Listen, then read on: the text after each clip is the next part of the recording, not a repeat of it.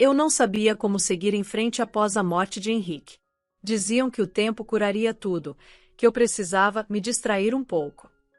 Mas, para mim, não era tão simples assim. Nosso relacionamento nunca foi perfeito. Como qualquer casal, tivemos nossas brigas e momentos difíceis. Mas agora, só as boas lembranças pareciam importar. E com elas, veio a culpa.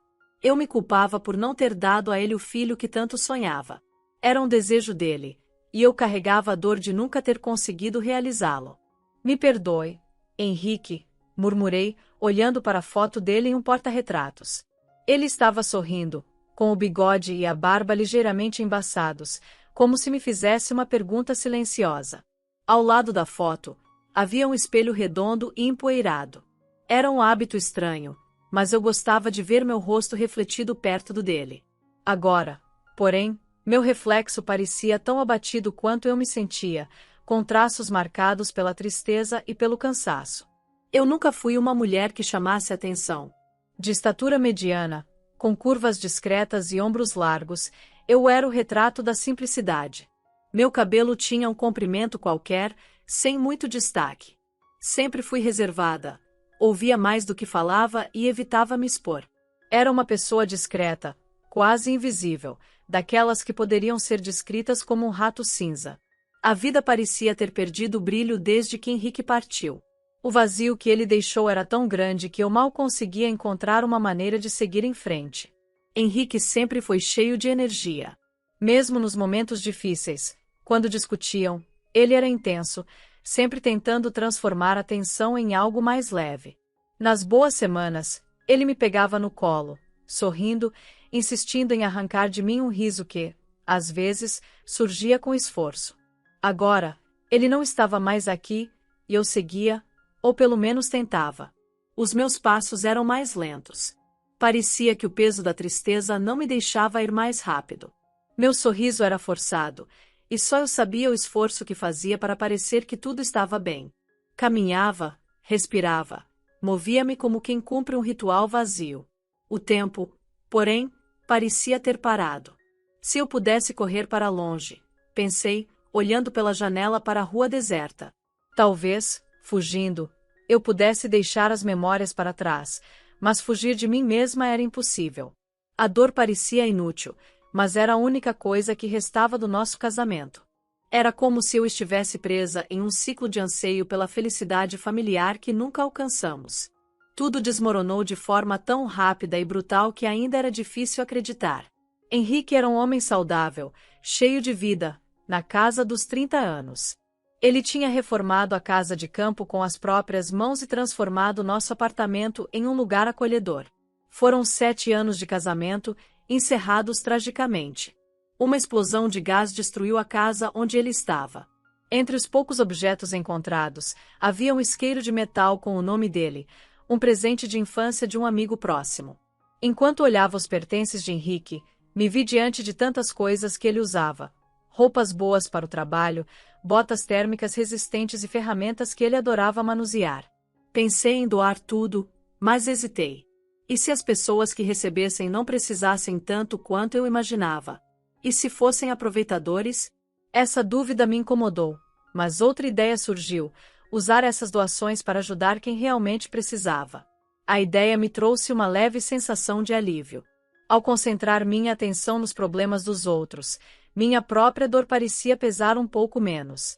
Assim, comecei a trabalhar em uma fundação que ajudava moradores de rua. Foi lá que, pela primeira vez em muito tempo, senti que tinha um propósito. Minha dedicação logo chamou atenção. Embora eu fosse reservada, minha combinação de praticidade e idealismo fez diferença. Vitor, o chefe da fundação, sempre dizia: aprendam com Marina. Ela nunca deixa nada pela metade. Vitor era um homem mais velho e gentil, que me tratava como uma protegida.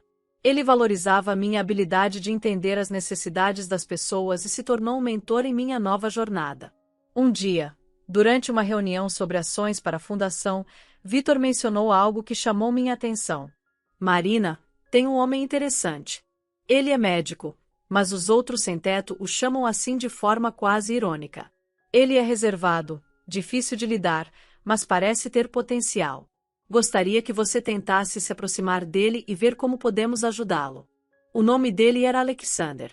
Victor sabia poucos detalhes, apenas que ele fora um médico promissor cuja carreira foi destruída por um evento trágico. A história de Alexander era envolta em rumores. Fiquei sabendo que ele havia sido incriminado após uma operação mal-sucedida em parceria com o antigo chefe do hospital onde trabalhava. Cumpriu pena, mas ao sair da prisão, sua vida desmoronou completamente. Algo na história dele mexeu comigo.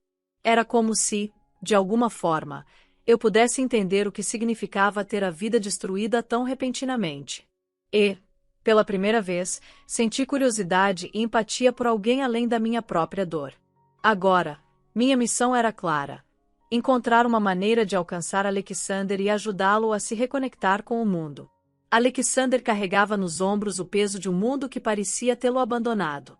Após sua prisão por uma operação médica que deu errado, uma culpa que muitos acreditavam não ser dele, ele perdeu tudo: carreira, dignidade e até sua esposa. Ela vendeu o apartamento onde viviam, dizendo que precisavam de um lugar menor, mas no fundo, estava atrás de dinheiro rápido. Após o divórcio, Alexander ficou sem nada. Ele ajudou tantas pessoas, mas agora parece que ninguém se lembra dele, comentou Victor comigo, enquanto explicava a situação de Alexander. Era claro que ele estava em um lugar delicado. Victor havia tentado arranjar empregos para ele, mas a depressão e o desânimo o impediam de recomeçar. Ele fazia trabalhos temporários para sobreviver, mas evitava compromissos maiores. Às vezes, ele aceita pequenos bicos, mas o desgaste emocional e a falta de confiança são enormes. É como tentar encher o oceano com um copo de água, disse Victor. Decidi tentar ajudar. Sabia que não seria fácil, mas sentia que precisava fazer algo. Enquanto pensava em como abordá-lo, me ocorreu usar os pertences de Henrique, meu falecido marido, para isso. Colocar aquelas coisas em boas mãos parecia dar um propósito maior a algo que eu jamais conseguiria usar novamente. Alexander era um homem alto, com quase 2 metros, o rosto marcado por experiências difíceis. Seus olhos azuis ainda guardavam um brilho, mas agora eram cercados por traços de cansaço e sofrimento. Encontrei-o em um abrigo que muitos moradores de rua chamavam de depósito. Lá, ele e outros sobreviviam com o pouco que tinham. Como a vida acabou assim para ele? Pensei, enquanto o observava de longe. Respirei fundo e me preparei. Alexander não precisava de pena, mas de apoio. Ele parecia ser um homem orgulhoso, mas os traumas o haviam tornado sensível e desconfiado. A pobreza e o estado constante de alerta pareciam transformar as pessoas de maneiras que a riqueza jamais poderia. É impressionante como a falta de dinheiro desgasta alguém muito mais do que o excesso dele, pensei. Aproximei-me devagar e comecei a interagir com Alexander, oferecendo ajuda sem impor nada. No início, ele parecia desconfiado, mas aos poucos, percebi um brilho de gratidão em seu olhar. Enquanto distribuía algumas das coisas que eu havia trazido, roupas e botas térmicas que pertenciam ao meu marido, Alexander olhou para mim e comentou com um sorriso tímido: "Que sorte que seu marido tinha pés grandes." Eu ri. Era a primeira vez que via Alexander sorrir, e naquele momento, percebi que talvez, só talvez, o mundo ainda tivesse algo reservado para ele. Apesar de sua gratidão, percebi que Alexander evitava falar sobre assuntos pessoais. Havia algo delicado em sua maneira de ser, como se ele preferisse guardar suas dores e segredos para si. Mesmo assim, enxerguei nele uma centelha de esperança, algo que parecia resistir à escuridão que o cercava. Eu acreditava que, com o tempo, poderia ajudá-lo a reencontrar seu caminho, assim como tentava encontrar o meu. Quando entreguei a ele alguns itens que pertenciam ao meu falecido marido, Alexander parecia genuinamente agradecido, especialmente ao segurar uma grande garrafa térmica. Ele decidiu guardá-la para si. "Que presente útil", disse ele, com um sorriso raro, algo que contrastava com sua expressão geralmente fechada. Assenti com um breve sorriso e me despedi. Caminhei em direção ao ponto de ônibus, mas, após alguns minutos, ouvi passos apressados e respirações curtas atrás de mim. Meu coração disparou. Era difícil não imaginar o pior nessas situações. Virei-me lentamente, sentindo as pernas tremerem. Para meu alívio, era Alexander. Ele parecia hesitante, mas determinado. Desculpe, Marina, mas eu encontrei algo na garrafa térmica. Ele estendeu a mão, segurando um pedaço de papel e algumas notas de dinheiro dobradas. Havia R$ 100 e este número anotado dentro dela. Achei que devia devolver. Fiquei paralisada. Minha mente se encheu de perguntas. Seria algo que meu marido guardou? E de quem era aquele número? Um misto de surpresa e medo me dominou. É seu. Mas pensei que talvez você não soubesse que estava ali, acrescentou Alexander, visivelmente desconfortável com meu silêncio. Peguei o papel e o dinheiro, tentando aparentar calma. Forcei um sorriso, quase sussurrando. Ah, claro. Eu mesma devo ter colocado lá e esquecido. Era uma mentira óbvia, mas não queria prolongar o assunto. Respirei fundo e continuei. Fique com o dinheiro, Alexander. Será mais útil para você do que para mim. Só vou ficar com o número. Talvez seja de algum amigo do meu marido. Ele hesitou por um momento, mas acabou aceitando. Agradeceu e se despediu, deixando-me sozinha com um turbilhão de pensamentos. Enquanto subia no ônibus, segurei o pedaço de papel com firmeza, tentando decifrar o que aquilo significava. Quem meu marido estava tentando contatar? Seria algo relacionado ao trabalho. Ou pior, uma amante? A ideia me causava um nó no estômago. Tentei afastar os pensamentos negativos, mas era impossível ignorar a sensação de que aquele número poderia mudar tudo. O medo do desconhecido se misturava à minha necessidade de descobrir a verdade. No ônibus, uma senhora idosa percebeu meu olhar perdido e, gentilmente, comentou: Minha querida, os homens às vezes seguem caminhos que não podemos entender. Não adianta tentar controlá-los. Apenas siga em frente. Sorri sem jeito, mas suas palavras ficaram ecoando em minha mente. Seguir em frente parecia fácil na teoria, mas a verdade era que, até saber o que aquele número significava, minha mente não teria descanso. Senti uma onda de tristeza me invadir. Não queria discutir com a desconhecida, mas minha resposta saiu baixinha, quase como um sussurro. Ele não era assim. E ele já não está mais aqui. A lembrança de Henrique ainda era dolorosa, mas agora vinha acompanhada de dúvidas inquietantes.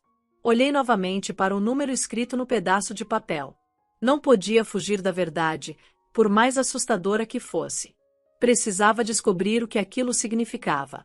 No ônibus, enquanto o trajeto se arrastava, meus pensamentos se perdiam no passado. A viagem, que normalmente durava apenas 15 minutos, parecia interminável naquele dia. O trânsito estava caótico. Os semáforos paravam em cada esquina, como se guardassem segredos que se recusava a liberar. A lentidão do percurso me deu tempo para refletir, e as memórias começaram a surgir, uma após a outra. Lembrei-me de minha mãe e do pouco que sabia sobre meu pai.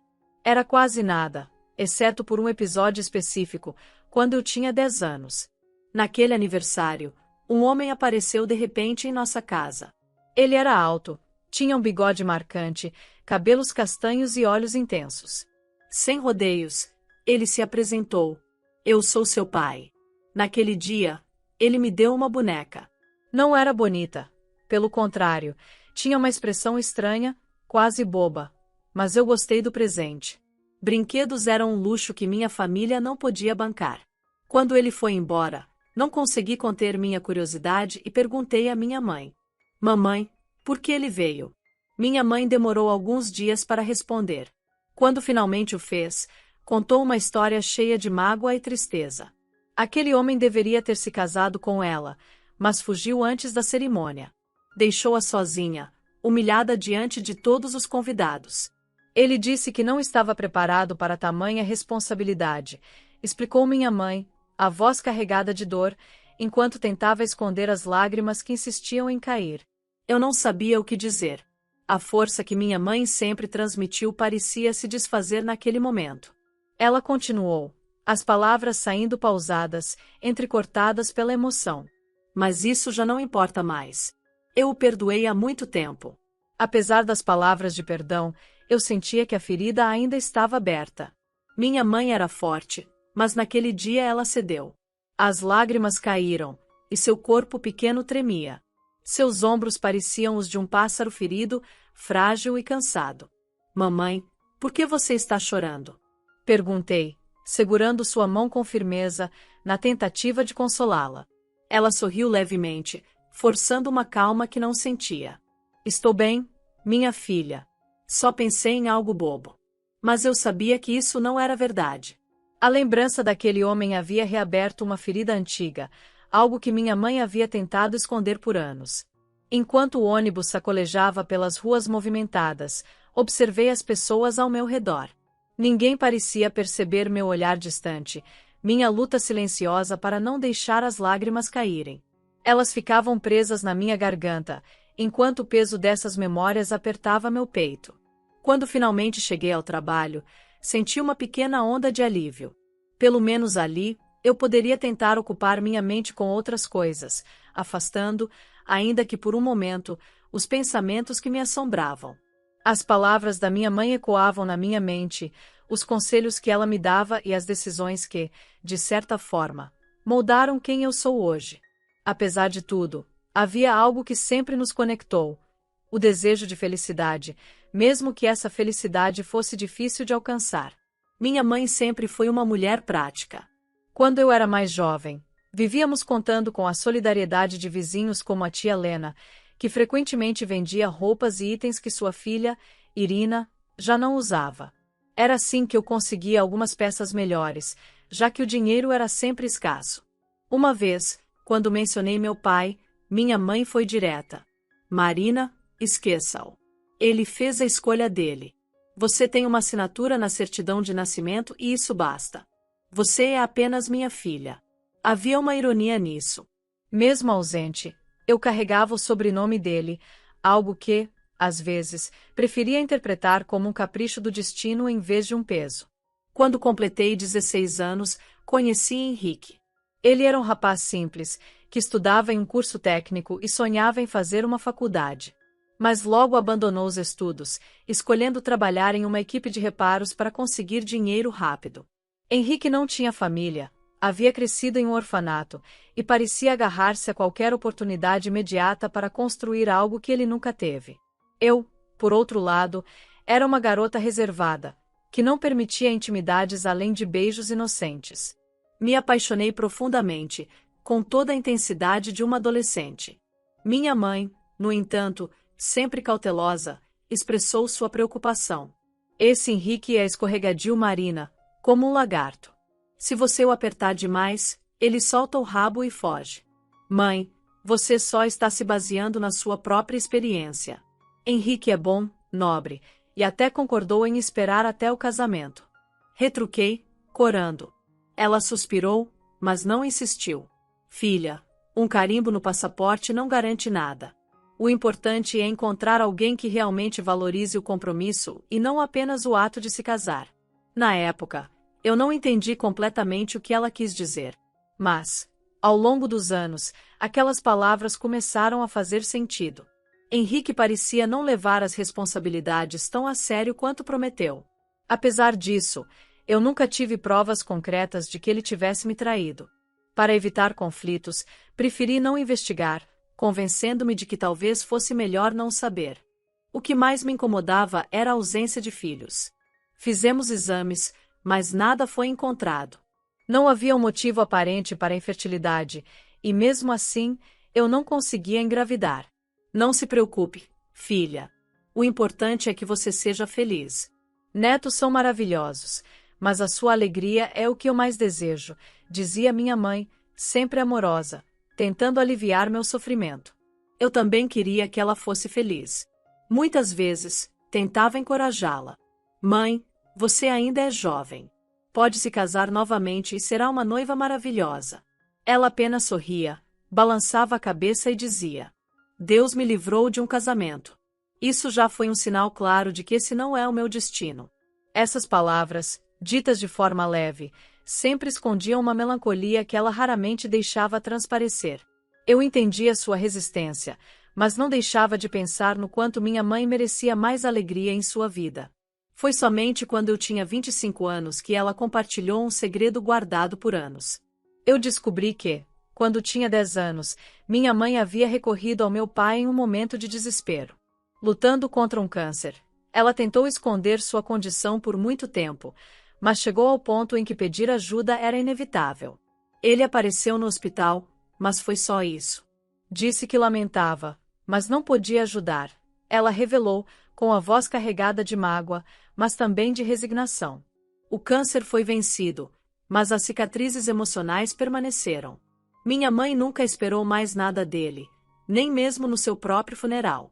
Anos depois de vencer a doença, ela acabou falecendo, e, já casada, eu tive que lidar com a surpresa de vê-lo aparecer. Ele surgiu brevemente, trocou algumas palavras genéricas e foi embora, sem mostrar qualquer verdadeira conexão ou arrependimento. Essas lembranças ficaram adormecidas por um tempo enquanto eu tentava construir minha vida ao lado de Henrique. No início, nosso casamento parecia promissor, embora tivesse suas peculiaridades. Henrique insistia em vendermos nossos 2 pequenos apartamentos para comprarmos algo maior. No começo, relutei. Tem certeza de que viveremos juntos para sempre? Essa não é uma decisão qualquer, Henrique? Perguntei, insegura. Ele parecia determinado a me convencer. Marina, eu só quero construir uma vida com você. Podemos usar o dinheiro da venda para ter um lar maior, criar memórias e, quem sabe, nossos futuros filhos. Acabei concordando, ainda hesitante, mas cheia de esperanças de que isso pudesse melhorar nosso relacionamento. E, por um tempo, realmente parecia funcionar. Henrique ficou mais presente e atencioso, parou de se trancar no banheiro para fazer aquelas ligações misteriosas que sempre despertaram minhas inseguranças. Com isso, decorei um dos quartos como um possível quarto de criança. Mas a tão sonhada gravidez nunca aconteceu. A ausência de filho se tornou um fardo silencioso. Pouco tempo depois, Henrique começou a voltar aos velhos hábitos. As conversas no banheiro retomaram, e ele começou a sumir com mais frequência, justificando viagens de pesca. Apesar disso, ele sempre se lembrava das datas importantes. Nos aniversários e ocasiões especiais, Henrique fazia questão de me presentear e me elogiar. Esse esforço constante de manter as aparências, mesmo com seus comportamentos suspeitos, me deixava cada vez mais confusa. Henrique não era perfeito, e eu sabia disso. Ainda assim, eu o considerava um bom marido, mesmo com suas falhas. No entanto, a ausência de filhos e o distanciamento que crescia entre nós deixavam um vazio difícil de ignorar, como se algo essencial sempre faltasse. Apesar disso, Henrique tentava aliviar minha dor quando percebia meu sofrimento. Não são só os filhos que fazem uma família, Marina. O mais importante é que temos um ao outro. Se tivermos filhos, ótimo. Se não, podemos adotar, ele dizia, em seus momentos mais carinhosos. Essas palavras me confortavam, mesmo sem preencher totalmente o vazio que eu sentia. Henrique, por outro lado, fazia pequenos gestos para lembrar porque eu o amava. Ajudava nas tarefas domésticas de vez em quando, ou fazia uma surpresa inesperada. Ele foi meu primeiro amor, o primeiro homem da minha vida. Por isso, eu me esforçava para perdoar seus defeitos e ignorar minhas dúvidas, mesmo quando suspeitava de traições ou notava seu distanciamento emocional. Eu tentava me convencer de que talvez estivesse exagerando, esperando demais. Ninguém é perfeito, certo? Henrique podia não ser o marido ideal, mas era bom, ou pelo menos era o que eu me repetia para continuar em paz. Um dia, enquanto pegava o transporte público para ir ao trabalho, meus pensamentos foram interrompidos por uma brincadeira do motorista. Vai querer guardar esse número ou perder a chance? Perguntou ele, me entregando um papel que havia caído do meu bolso. Era um número de telefone, rabiscado à mão, acompanhado de uma quantia de dinheiro que eu havia dado ao Alexandre, o médico no abrigo. Reconheci a caligrafia imediatamente. Era de Henrique. Ele sempre teve o hábito de esconder coisas em lugares improváveis, e a garrafa térmica que encontrei recentemente parecia ser mais um de seus esconderijos. Por uma semana inteira, hesitei em ligar para o número. Algo sobre aquilo me deixava inquieta, como se uma verdade incômoda estivesse à espreita. Mas, após noites de insônia e falta de apetite, decidi que precisava saber. O mistério daquele número estava me consumindo, e eu sabia que não descansaria até descobrir o que ele significava. Com o coração acelerado, disquei o número e esperei. Após alguns toques, uma voz masculina atendeu. Alô, aqui é o professor Dennis. Engoli em seco antes de responder. Olá. Desculpe incomodar, mas este número estava em algo que pertenceu ao meu marido, Henrique Silva. Ele faleceu. Houve um momento de silêncio antes que ele respondesse, hesitante. Seu marido? Henrique? Espere, você está falando do Henrique que veio aqui ao orfanato. Senti um arrepio percorrer minha espinha. Sim, ele esteve aí? Sim, ele veio pessoalmente algumas vezes.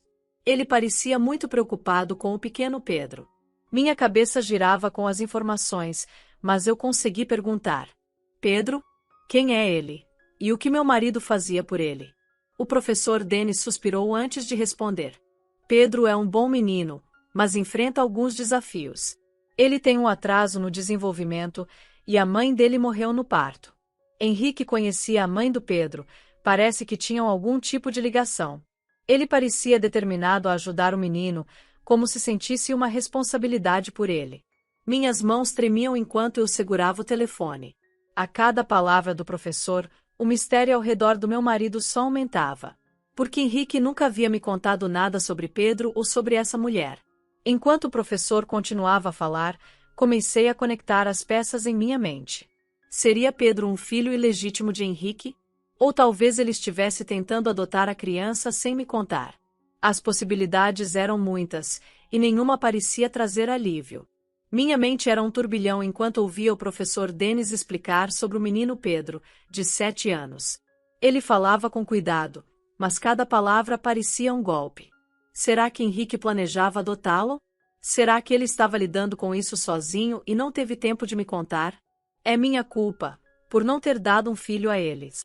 Esses pensamentos ecoavam na minha cabeça enquanto o professor continuava. Pedro tem algumas dificuldades, mas é um bom menino. Ele precisa de apoio, mas é muito esperto. Henrique sempre vinha visitá-lo. Ele parecia se importar muito com o garoto, mas nunca vinha sozinho. Estava sempre acompanhado de uma mulher. Essa informação me atingiu como uma pancada. Quem era essa mulher? Porque Henrique nunca me contou nada sobre Pedro ou essas visitas. Minha mente tentava desesperadamente fazer sentido daquilo, mas cada nova peça do quebra-cabeça parecia mais confusa. Fiquei paralisada. As palavras não vinham. Minha mente ainda processava a ideia de que Henrique pudesse ter tido 2 amantes, uma delas morrendo no parto e a outra o acompanhando ao orfanato. Essa possibilidade parecia insuportável. Instintivamente, abri a janela ao meu lado, buscando ar, mas a sensação de sufocamento persistia. Meu marido morreu. Como ele poderia ter estado aí? Perguntei, minha voz saindo trêmula e insegura. Houve uma pausa do outro lado da linha antes que Dennis respondesse. Eu entendo que isso é confuso para você. Mas eu realmente o vi. Henrique esteve aqui, pessoalmente, com Pedro. Ele parecia muito preocupado com o menino. Um arrepio percorreu meu corpo. Meu coração estava pesado e minha mente gritava perguntas que eu não conseguia fazer em voz alta. Tem certeza de que era ele? Henrique morreu há 6 meses. Insisti, a voz falhando, como se o simples fato de dizer isso pudesse mudar a realidade. O professor Dennis fez outra pausa antes de responder, com um tom mais cauteloso. Tenho certeza de que era ele.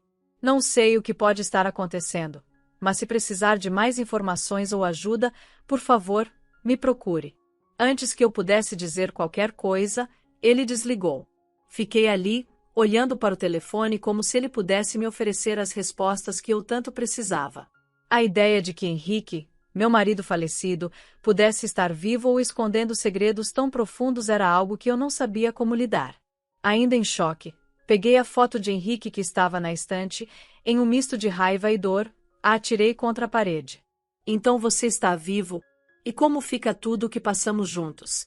Murmurei, quase sem perceber, enquanto me abaixava para recolher a moldura, que milagrosamente permaneceu intacta. Segurei a foto por um momento, tentando recuperar a calma. Limpei a poeira da superfície, como se aquele gesto pudesse organizar os pensamentos tumultuados em minha mente. E se o professor estiver enganado?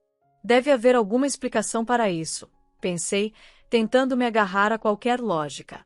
Mas cada detalhe parecia apenas aumentar o mistério. Eu sabia que não encontraria respostas no orfanato. O professor havia sido claro ao dizer que não me mostraria imagens das câmeras de segurança. Eu precisava de outra abordagem. Decidi entrar em contato com Igor Pereira, o dono da casa onde Henrique supostamente havia morrido. Talvez ele tivesse alguma informação que me ajudasse a preencher as lacunas. Enquanto discava o número de Igor, lembrei-me do que aconteceu no dia do reconhecimento do corpo. A identificação de Henrique havia sido feita apenas com base em um isqueiro e nos sapatos parcialmente queimados que foram encontrados entre os escombros. Um arrepio percorreu minha espinha. E se ele não estiver morto? E se tudo isso for uma farsa? Quando Igor atendeu, minha voz saiu hesitante. Precisamos conversar. Acho que você pode me ajudar a entender melhor o que aconteceu.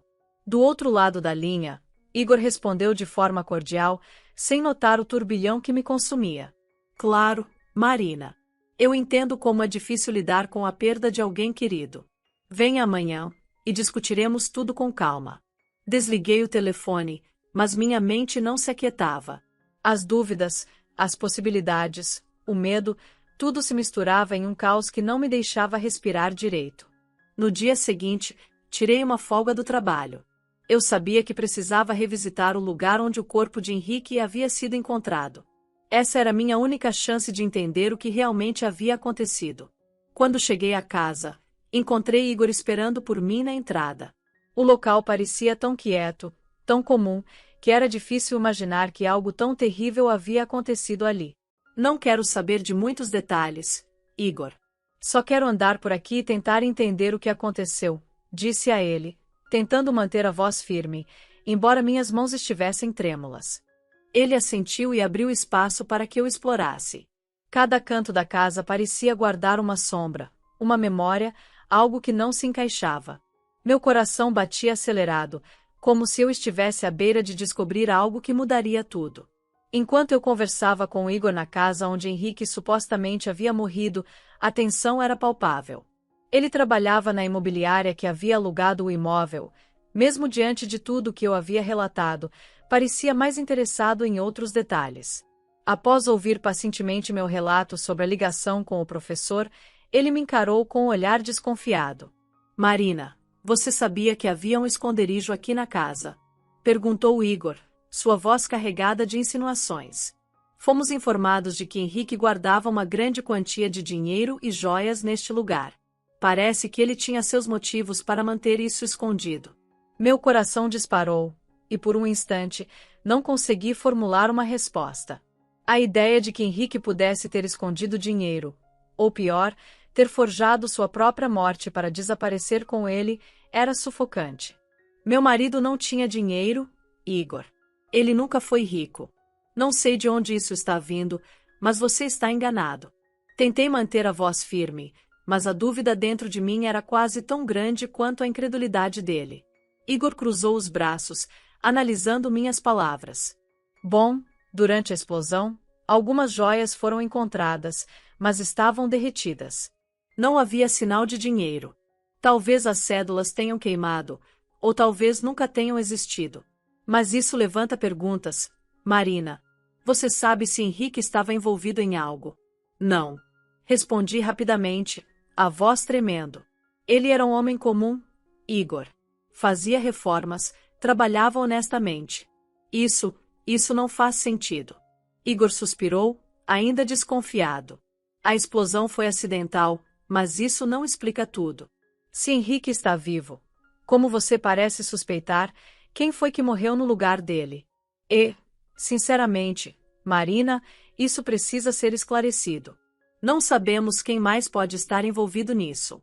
Suas palavras me atingiram como um soco no estômago. Fiquei em silêncio por alguns segundos, tentando organizar minha mente, que parecia girar em círculos. Despedi-me de Igor com um aperto de mão firme e concordei que manteríamos contato caso algo novo surgisse. No entanto, minha cabeça estava a mil. No caminho de volta para casa, me questionei sobre quem Henrique realmente era. Poderia ele ser um traidor? Um ladrão? Um mentiroso? Ou tudo isso junto? A dor de imaginar que nosso casamento fora uma farsa era insuportável. Naquela noite, deitei-me, mas o sono não veio. Virava-me de um lado para o outro, o rosto de Henrique surgindo em meus pensamentos, como se risse de mim. Num ato de desespero, virei sua foto para baixo, mas nem isso trouxe alívio. Passei a noite sendo atormentada por pesadelos, revivendo momentos de nossa vida juntos, agora tingidos por suspeitas e mágoa. Quando finalmente adormeci, fui despertada pelo toque do telefone. Ainda sonolenta, atendi sem nem olhar quem era. Alô? Quem está falando? Perguntei, minha voz rouca. Reconheci a voz do outro lado imediatamente. Era o professor Denis. Desculpe incomodá-la novamente, Marina, mas Pedro teve um colapso nervoso ontem à noite. O pai dele não apareceu para buscá-lo, e eu preciso de ajuda com urgência. Entendo que você tenha uma relação complicada com seu marido e até ouvi dizer que ele está morto, mas estou muito preocupado com o menino. Minha mente, que ainda tentava acordar completamente, travou ao ouvir aquilo. Henrique, pai de Pedro. Antes que eu pudesse reagir, Denis continuou. Se Henrique aparecer, por favor, me avise. Estou muito preocupado com a criança e não sei mais o que fazer. Vou tentar convencê-lo a ajudar Pedro, disse Denis antes de encerrar a ligação. Fiquei em silêncio, sem saber como reagir. Justificar novamente que não havia inventado a morte de Henrique parecia inútil. Eu estive no funeral, vi o caixão ser enterrado. Mas agora as dúvidas começavam a corroer minha mente. Respirei fundo, tomei um calmante e me preparei para ir ao trabalho. Era a única coisa que me ajudava a manter algum controle em meio ao turbilhão de pensamentos. Meu celular tocou novamente enquanto eu estava no micro-ônibus. As ligações incessantes já começavam a me deixar inquieta. O que mais poderia acontecer? Dizem para não despertar problemas enquanto estão quietos, mas parecia que a calmaria havia acabado para mim. Atendi o telefone com hesitação e ouvi a voz furiosa de Igor Pereira, o dono da casa onde Henrique supostamente havia morrido. Por que você ligou para aquele número? Ele disparou com brusquidão. É Marina, não é? Esposa daquele ladrão que me roubou. A entonação desdenhosa e ameaçadora fez meu coração disparar. Ele continuou, sem me dar chance de responder. Seu marido me enganou, e agora você está tentando acobertá-lo. Não está?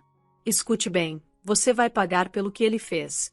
Eu não sei onde Henrique está, nem sequer sei se ele está vivo.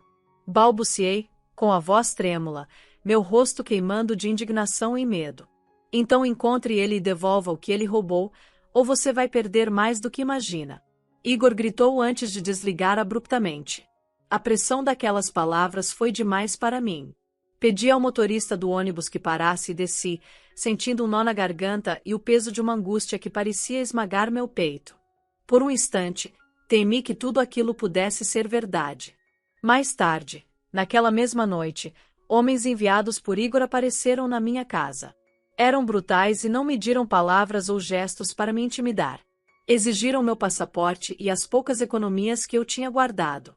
Eu tentei resistir, recusando-me a entregar qualquer coisa, mas não tive escolha.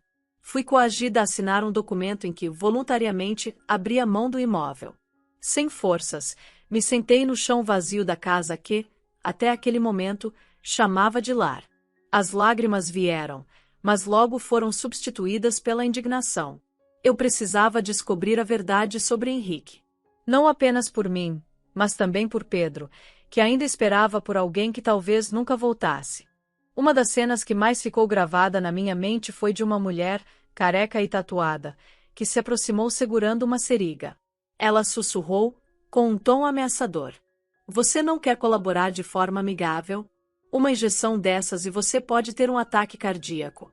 Ninguém vai notar se sua assinatura foi forçada ou voluntária. Eu fingi estar completamente apavorada com a situação e, de fato, estava. Abalada pelas revelações sobre o passado de Henrique e a pressão avassaladora que se acumulava, acabei assinando o documento, como se estivesse em um transe.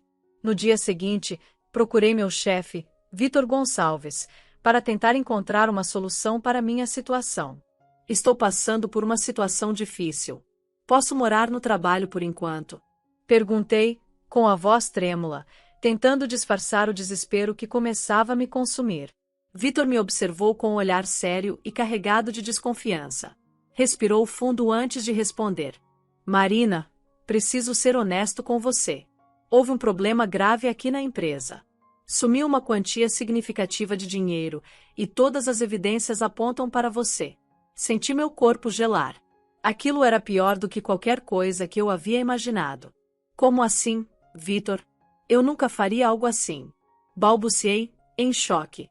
Não vou registrar um boletim de ocorrência contra você. Mas isso gerou um prejuízo significativo, e vai ser difícil para mim resolver esse problema. Por respeito ao seu trabalho, vou tratar isso como um acidente. Ainda assim, você terá que sair daqui.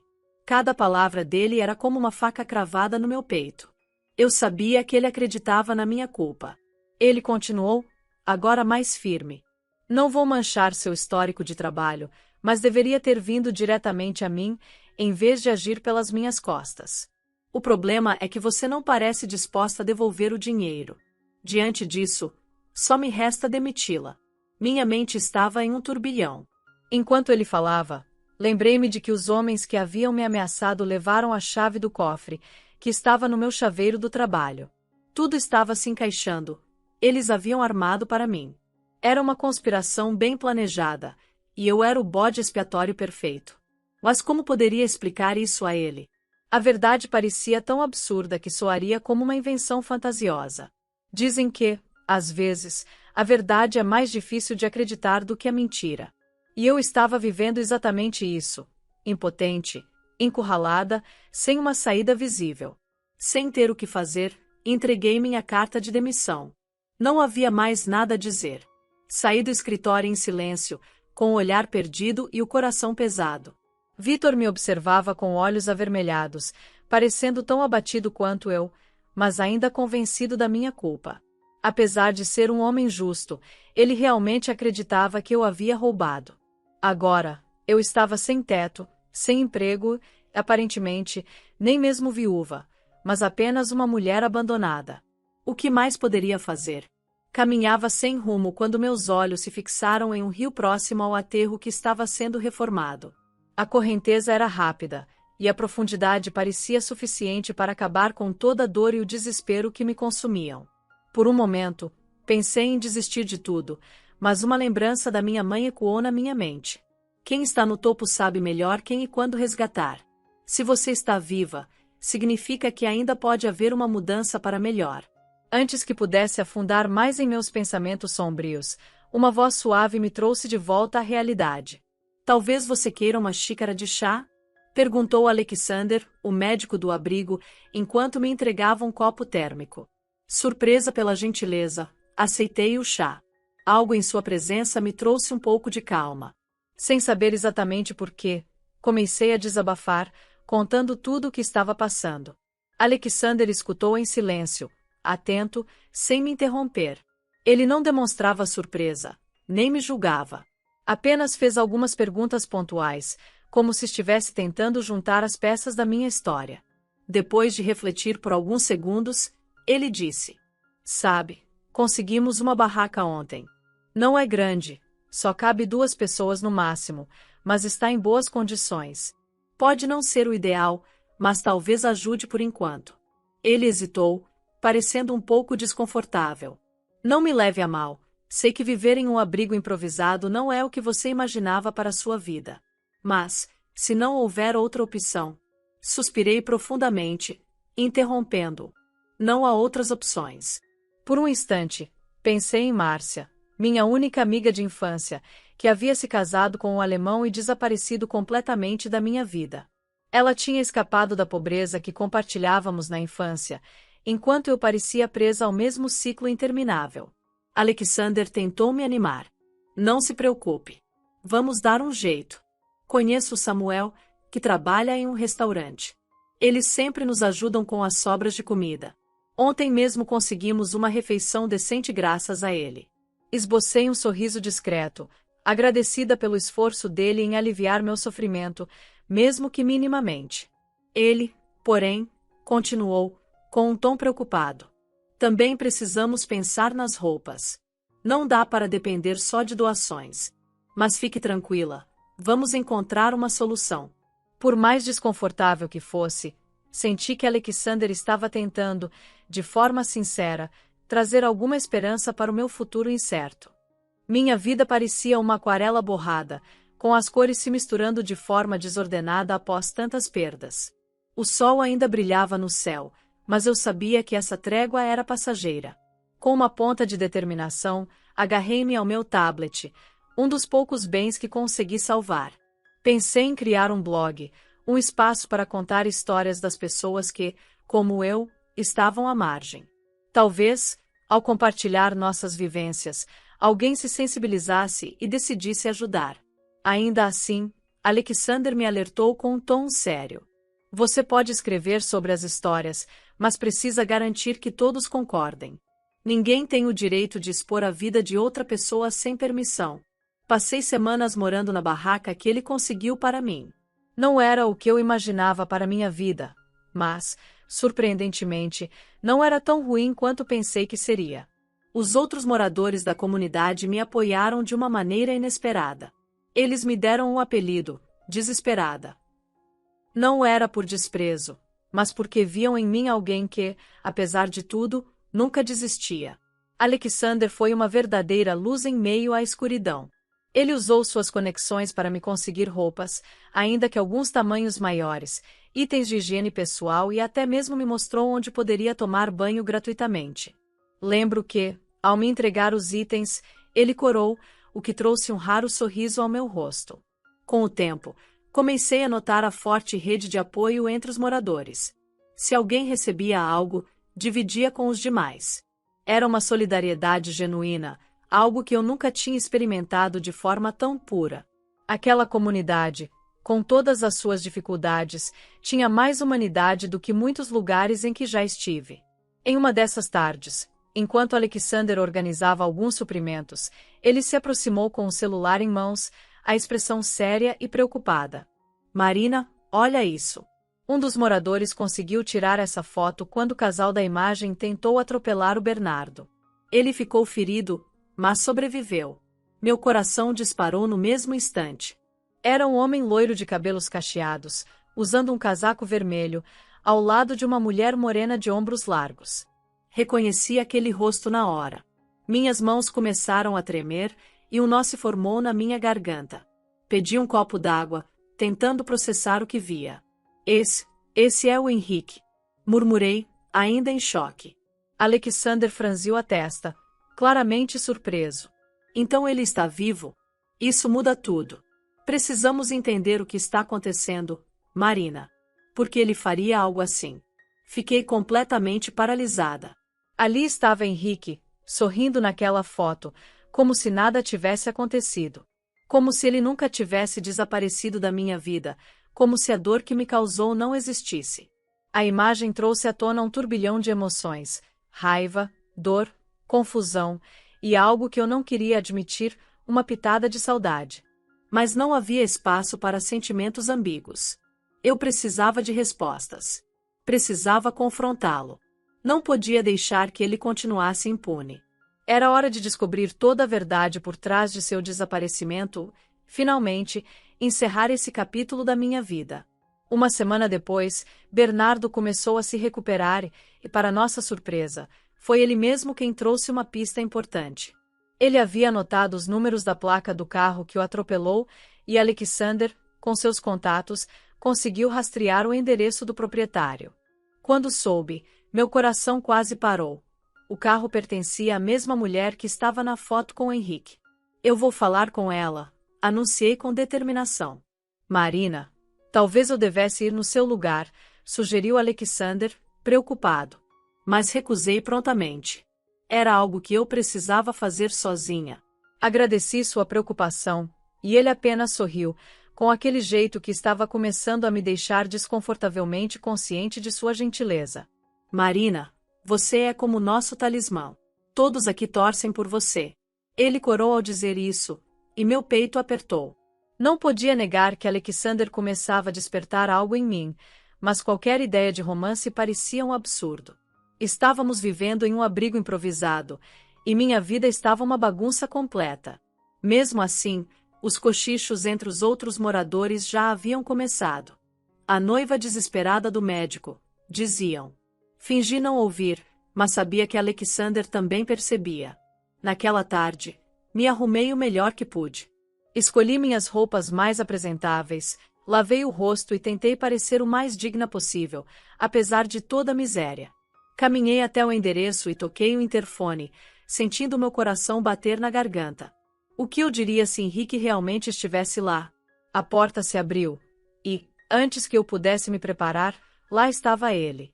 Vivo. Inteiro. Meu coração parecia que ia explodir. Você parece muito bem para um homem morto, falei, incapaz de segurar o sarcasmo. Henrique me olhou e riu, com aquele sorriso cínico que eu conhecia tão bem.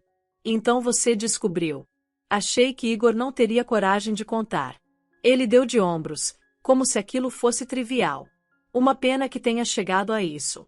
Minha compostura desmoronou, mas tentei manter a voz firme.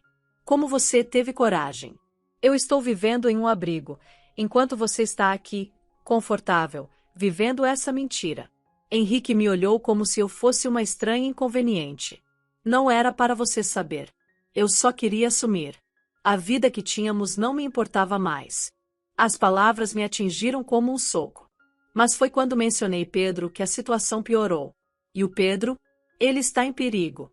Henrique suspirou, como se estivesse cansado da conversa. Pedro é meu filho, Marina.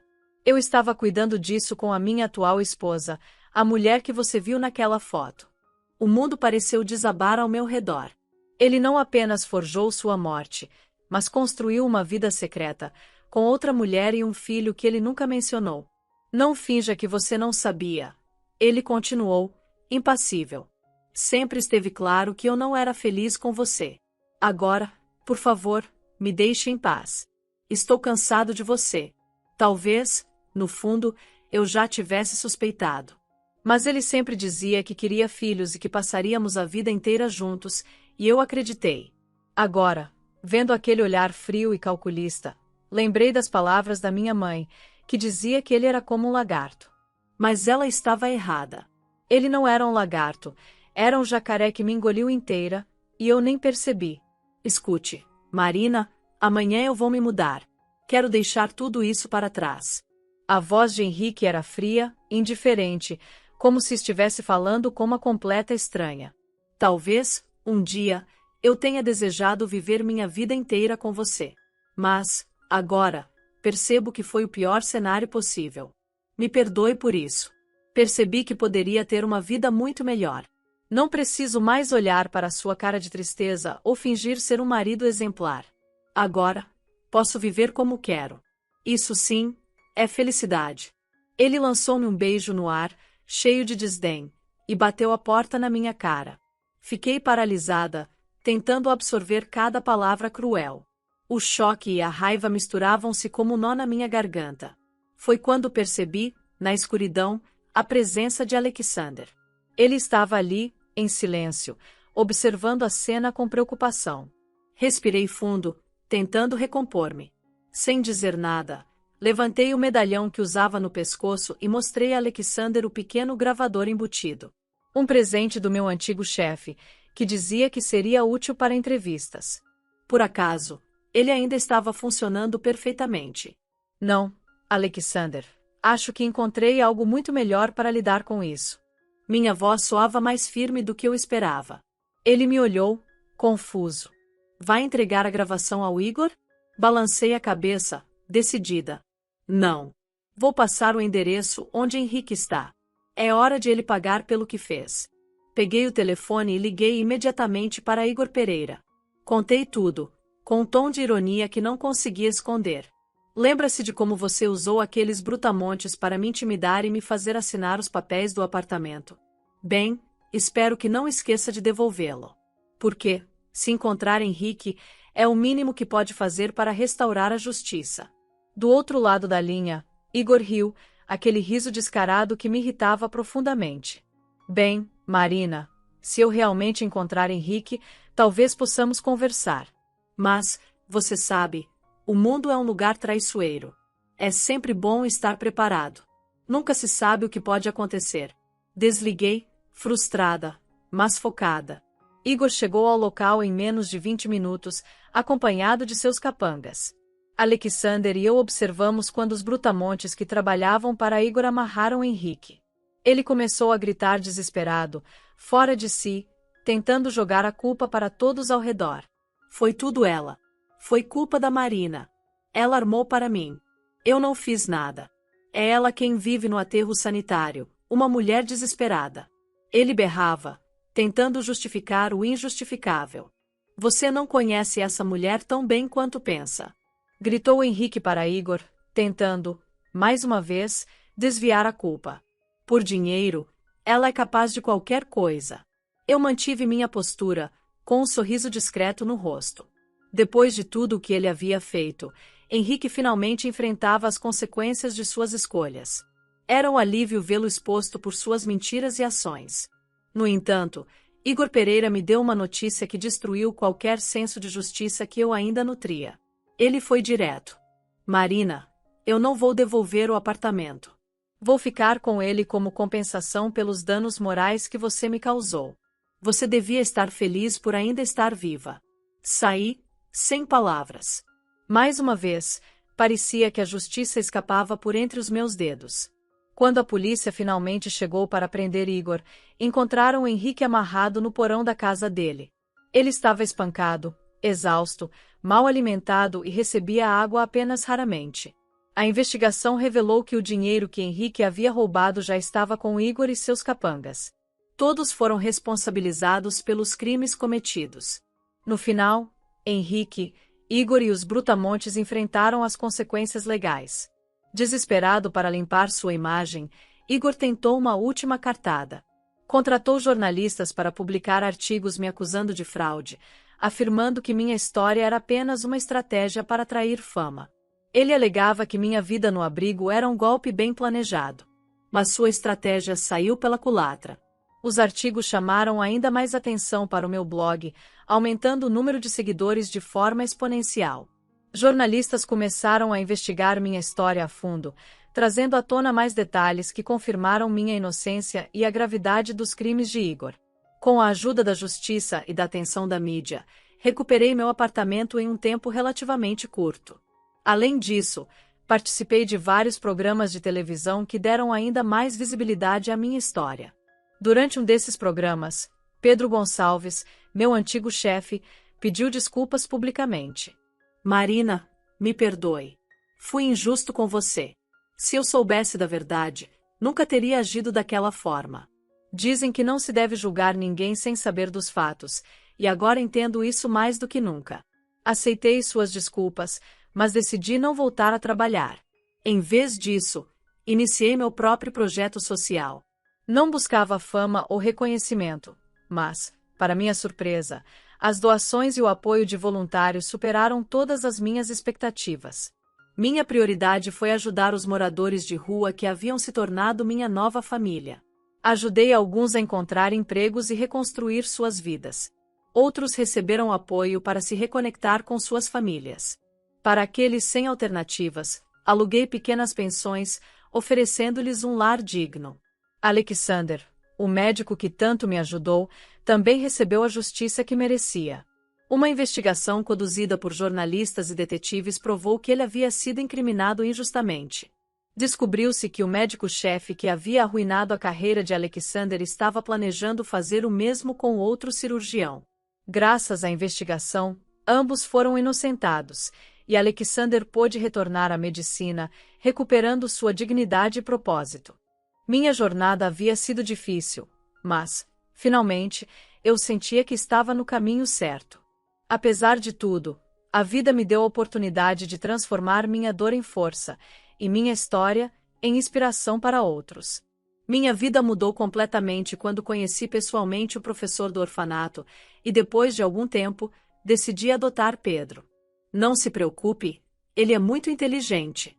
Apenas um pequeno atraso no desenvolvimento, mas com carinho e dedicação, logo será como qualquer outro garoto da idade dele, disse Dennis, o professor, que se revelou uma pessoa extraordinária. Ele e sua esposa haviam adotado 5 crianças consideradas problemáticas e também tinham 2 filhos biológicos. Pedro logo começou a alcançar os colegas, e ninguém mais notava qualquer diferença entre ele e as outras crianças. Ele era um menino comum e feliz, e isso enchia meu coração de alegria. Um dia, enquanto estávamos jantando, Pedro olhou para mim com aquele olhar curioso de quem está prestes a soltar uma de suas perguntas diretas e inesperadas. Mamãe, por que você não se casa com o tio Alexander? Fiquei sem palavras por um momento, mas sorri. Pedro sempre foi perspicaz, enxergando além do que eu demonstrava. Pedro, não é tão simples assim, respondi, tentando mudar de assunto. Mas ele não se deu por satisfeito e insistiu. Ele gosta de você. E eu gosto dele. Antes que eu pudesse responder, a campainha tocou. Era Alexander, com um buquê de flores nas mãos e um sorriso nervoso. Pedro correu até ele, como sempre fazia, e soltou. Tio Alexander, você trouxe flores para a mamãe? Alexander ficou vermelho, mas riu. Sim, Pedro, trouxe. Enquanto colocava as flores em um vaso, Alexander me olhou com seriedade, mas também com ternura. Pedro, mais uma vez, não perdeu tempo. Tio Alexander, você veio aqui para pedir a mamãe em casamento, não veio? Eu vi o terno, aquela caixinha no seu bolso. É um anel, né? Alexander riu, claramente pego de surpresa pela sinceridade de Pedro. Ele tirou a caixinha do bolso e se ajoelhou, me olhando nos olhos. Marina, você aceita se casar comigo? Por um momento, o mundo pareceu parar. Pedro pulava de alegria ao meu lado, batendo palmas, enquanto eu sentia meu coração disparar. Sim, Alexander. Eu aceito. As flores, já colocadas no vaso, espalhavam um perfume suave pela sala, como se selassem aquele momento. Rimos juntos, um riso sincero que parecia dissipar todo o peso do passado. Agora, estávamos prontos para começar uma nova etapa, juntos. E, de alguma forma, tudo parecia finalmente estar no lugar certo.